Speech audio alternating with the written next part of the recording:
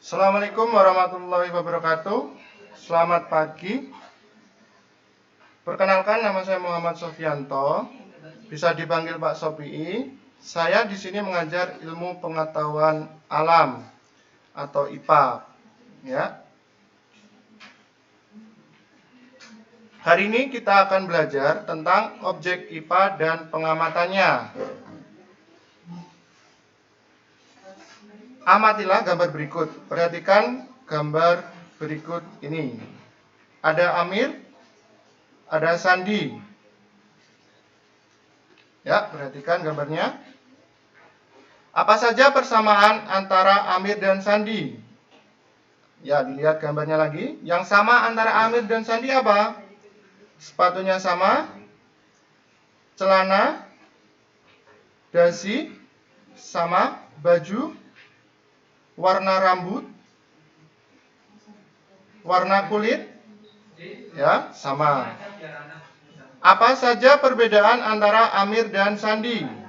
Dilihat, apa sih perbedaan antara Amir dan Sandi?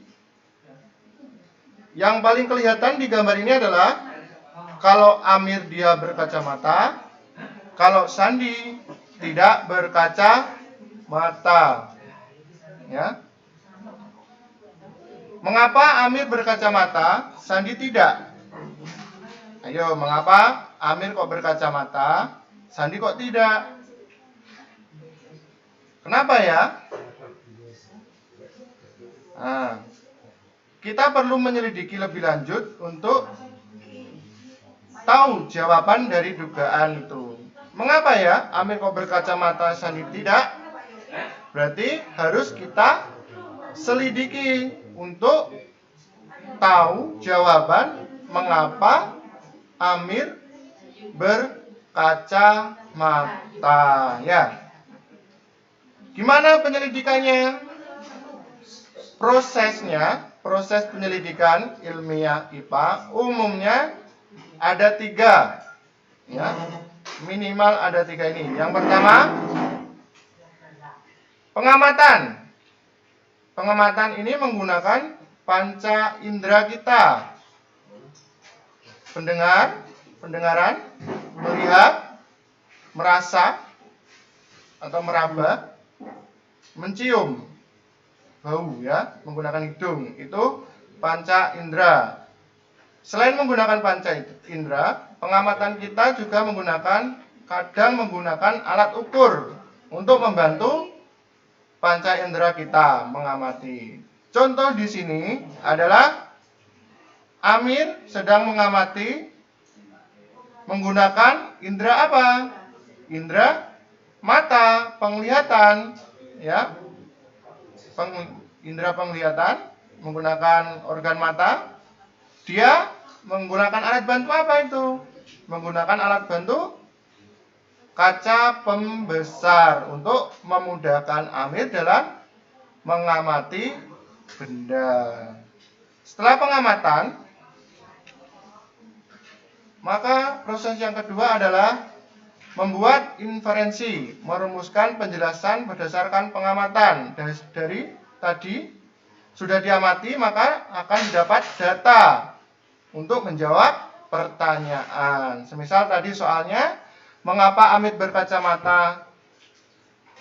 Ya, mengapa? Karena dari penyelidikan kita, ternyata Amir tidak bisa melihat benda jauh, ya, benda dengan jarak jauh dengan jelas, ya. Berarti ada kelainan mata karena Amir tidak bisa melihat benda dengan jauh secara jelas. Nah, berarti ada suatu kelainan. Setelah kita tahu jawabannya, mengapa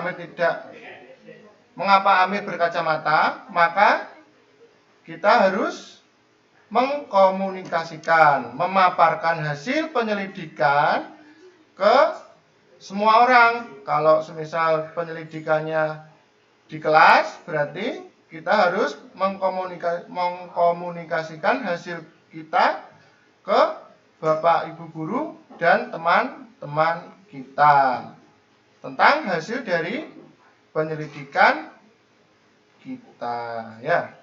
Itu 3 proses dari penyelidikan ilmiah IPA. Apa sih manfaat belajar IPA?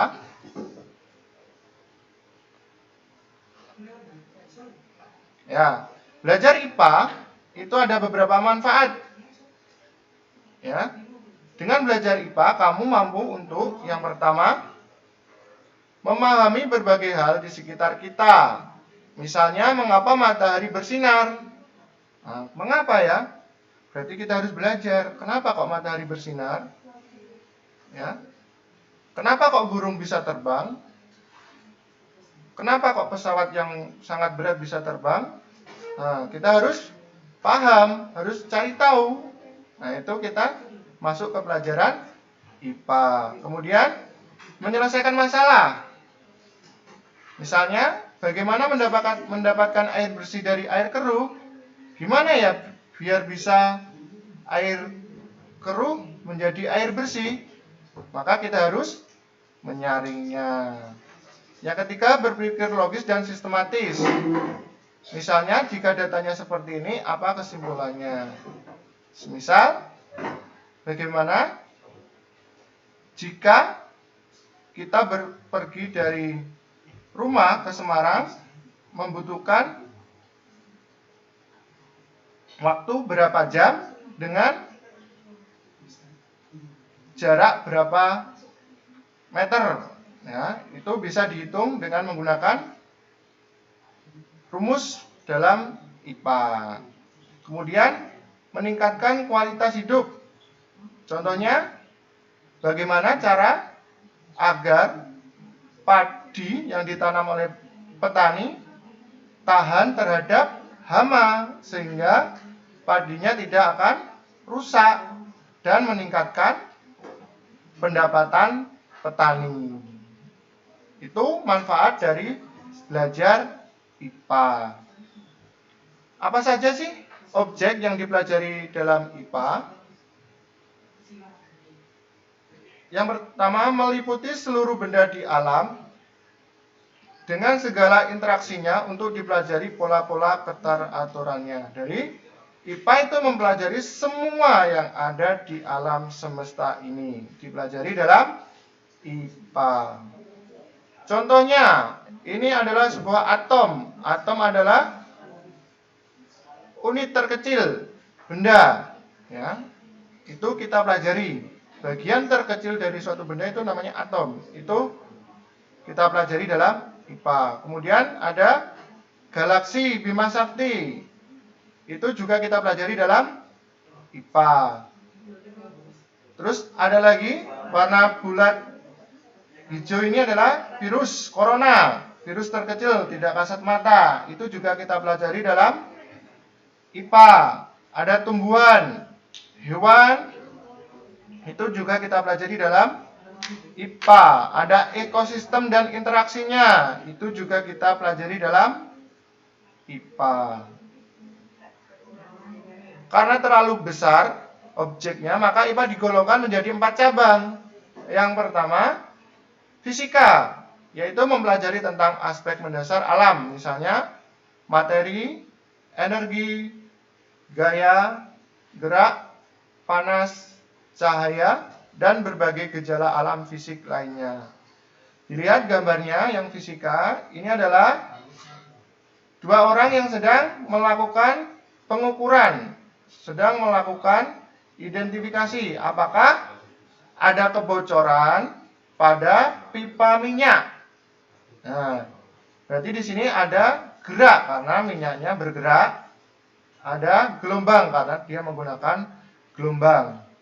Kemudian kimia meliputi penyelidikan tentang penyusunan dan perubahan zat. Ya, bagaimana biar buah pisang cepat matang, harus menggunakan karbit. Ya, itu ada perubahan zat. Ya.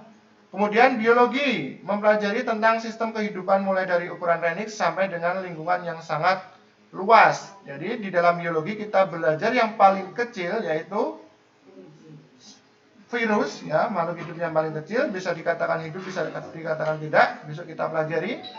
sampai yang paling besar, ekosistem, bioma dan biosfer. Kita pelajari dalam biologi. Kemudian yang terakhir bumi dan antariksa. Kita mempelajari asal-usul mula bumi, perkembangan dan bintang-bintang, planet-planet, dan benda langit lainnya. Kita pelajari dalam bumi dan antariksa. Kemudian kita masuk ke materi selanjutnya, yaitu tentang pengukuran. Ya. Sebelum masuk ke pengukuran, kita tahu dulu apa ini besaran. Apa itu besaran? Segala sesuatu yang dapat diukur disebut besaran. Ya. Semua yang dapat diukur di dunia ini itu namanya besaran. Apakah semua dapat diukur? Bisa. Yang kedua, apa itu mengukur? Mengukur merupakan kegiatan membandingkan suatu besaran yang diukur dengan besaran sejenis yang dipakai sebagai satuan. Jadi mengukur adalah membandingkan suatu besaran yang diukur dengan besaran sejenis yang dipakai sebagai satuan. Ya. Jadi mengukur adalah membandingkan dua besaran dengan satuan yang berbeda. Apa itu satuan? Ya. Sebelum itu kita lihat video berikut ini. Perhatikan ya. Halo teman-teman, kembali lagi di Kurniawan Denda Channel. Dan di video kali ini aku mau berbagi tips takaran sendok makan ke gram ya. Dan ini sendok makan yang aku gunakan, sendok makan biasa yang dibuat kita makan itu ya, seperti ini ukurannya.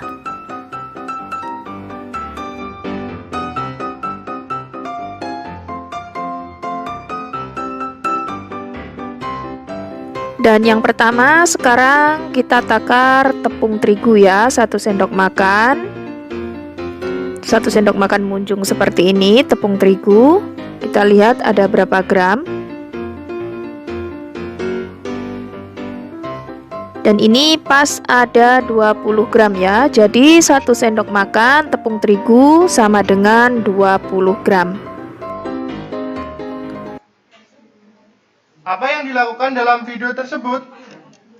Ya, sudah diperhatikan tadi videonya. Yang dilakukan apa kira-kira? Mengukur. Mengukur apa? Massa dari tepung terigu. Ya. Jadi dalam video tersebut mengukur massa tepung terigu. Ya. Tadi apa mengukur? Membandingkan. Berarti dalam video tersebut membandingkan apa? Ukuran apa? Antara 1 sendok tepung sama dengan berapa gram? Berarti satuan sendok sama dengan berapa satuan massa atau kilogram. Kalau di situ tadi paling kecil gram ya. Jadi membandingkan. Kalau dari video tersebut berarti 1 sendok tepung sama dengan 20 gram. Jadi dia membandingkan antara satuan sendok sama satuan massa ya. Jadi dia melakukan pengukuran. Perhatikan foto ini. Jika kedua orang ini mengukur panjang tembok yang sama menggunakan kedua lengannya, ya, mengukur menggunakan kedua lengannya itu namanya satuannya dipa. Bagaimana hasil pengukuran yang diperoleh antara pria dan wanita itu? Dilihat gambarnya antara pria sama wanita. Kalau pria, ya, lengan tangannya lebih panjang. Kalau wanita, lengan tangannya lebih pendek. Ya, keduanya mengukur panjang tembok yang sama. Pertanyaannya adalah sama atau beda panjang tembok yang diperoleh jika menggunakan satuan DIPA, mengukur menggunakan kedua lengannya. Maka kira-kira sama atau tidak?